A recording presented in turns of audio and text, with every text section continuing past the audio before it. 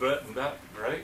Hi, my name is Donnie Collin. I am coming to you from downtown North Hollywood at the Los Angeles Science Fantasy Society, recently celebrating its 75th anniversary. I am part of the NeverEndingPanel.com, and we have a number of panelists with us tonight. And so I will begin a brief introduction, and then I will tell you about what topics we're going to be talking about. My name is Donnie Collin. I am the co-author of The Unincorporated Man. Sitting on my left is Arlene Sadden, who is the chair of the marketing department for Las Fez, as we will refer to this club from now on.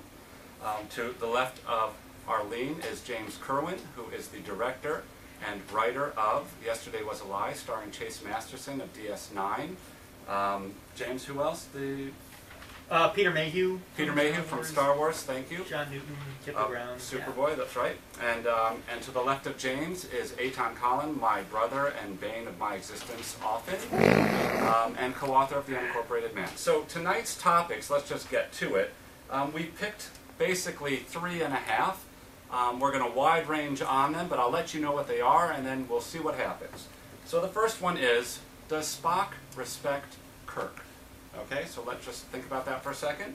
The second one we're going to get to is vampires and zombies, why the fever pitch? Because it's driving us crazy. Third one is science fiction movies that should be remade. And the half one is, we decided we're going to have a sort of science fiction marketing moment, science fiction and fantasy marketing moment.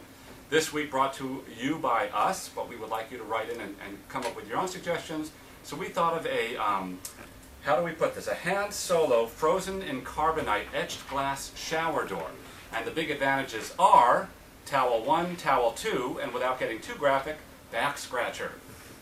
Good.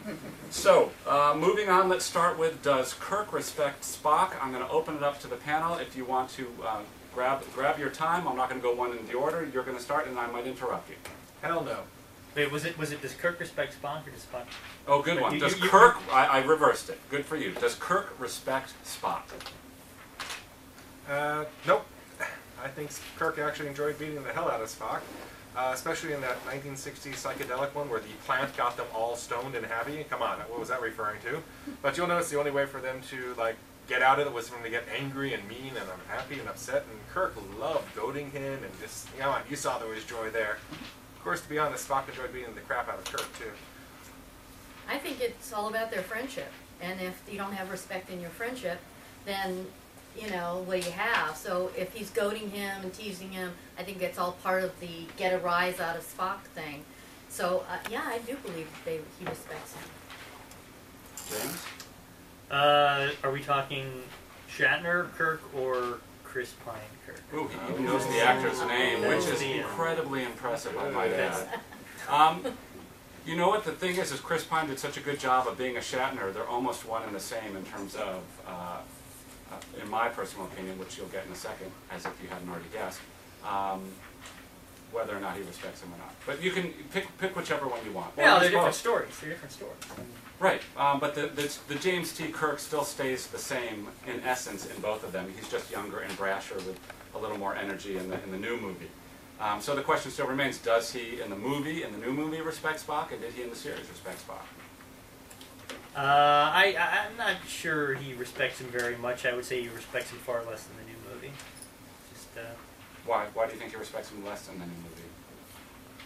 For obvious reasons that Spock was trying to get his goat. Well, yeah. I mean, they're I don't know, the whole being abandoned on the desolate ice planet of Doom might have something to do with it. Yes. I mean, it fundamentally, his dad died now. He didn't want to go to school. It's a different kind of character. I'm not talking about, yes, obviously during the course of the movie, he hates Spock. And I don't want to give away too many spoilers, but come on, everybody's seen the movie.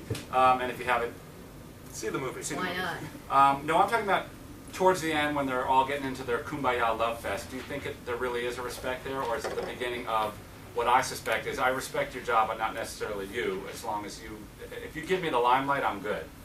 But I don't necessarily respect you. Well, I think as a whole, if you go back to look at all of the different versions of Star Trek, you see that there's a bond between the two of them, that they trust each other so much. You can't have trust without some sort of respect. I mean, they put each other's lives in each other's hands in every episode at some point or another. And, you can't have that kind of relationship without caring about that person in some way. Damn it, Yeah, that's a really good answer. Thank you. Yeah, but I knew we had to have a woman on the panel because I just wanted to get to like hatred To and get that anger. feminine I point of wanted view. some anger, damn it. Go ahead. Yes, Eitan. I think what Okay, you're- next. I think what you're kind of forgetting though is that it's more of a sibling relationship than a friendship relationship at some point. And in sibling relationships, which I know a little bit about, yeah, it doesn't all have to be about respect and trust. I mean, you're going to help the person out because they're your sibling, which has nothing to do with the fact of whether you like them or not.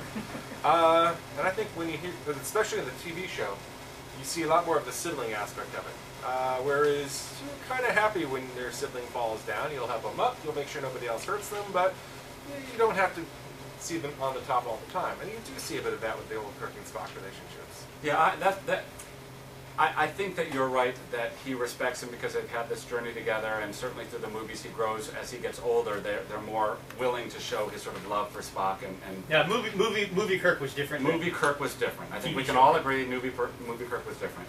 Movie Shatner Kirk. Movie Shatner Kirk. Thank you. Good. It's Wow, getting it's like complicated. half cap, latte, decaf, all that stuff now. That's what's happening to Star Trek. There's so much of it out Oh there. my goodness, we have gone down to movie Shatner Kirk. That might be the quote of the day. my friend. We have the quote of the evening. I think that the reason I was thinking that he didn't was because Kirk was so into Kirk that if he found somebody else who was just good enough to replace Spock, he would get to still be being Kirk and talking like this. Over and over. Over and over. If he got another Vulcan to allow him, he would be bothered for a little bit, but he would move on. I don't think it's the kind of bond that you could say other great characters have had with one another. Well, what about that movie where he goes looking for Spock? Right, well that's movie Shatner Kirk, which is different than TV Shatner. Well, there's only one TV Shatner Kirk. Well, no. Well, yes, there's only one TV Shatner Kirk. So in that movie, yes, that's different. Well, I think that point proves my point. I mean, if you didn't have a respect or a feeling for the person, why even go bother No, to no, no, find no. them? I'm agreeing with you for the movies. Okay. The Shatner movie Kirk was different in terms of his relationship with Spock because the writing was a little bit hold more on. I'm going to bring nuanced. He didn't go after Spock for Spock. In that movie, he specifically went after Spock to help McCoy. And McCoy was the one he was really going out and helping at that point. He didn't want McCoy to basically get too many Cocoa Puffs and go cuckoo.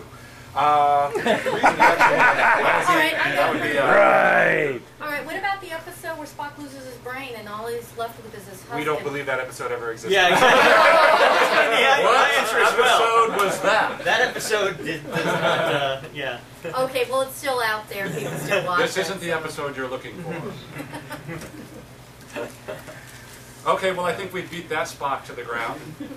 Let's move on to our next topic.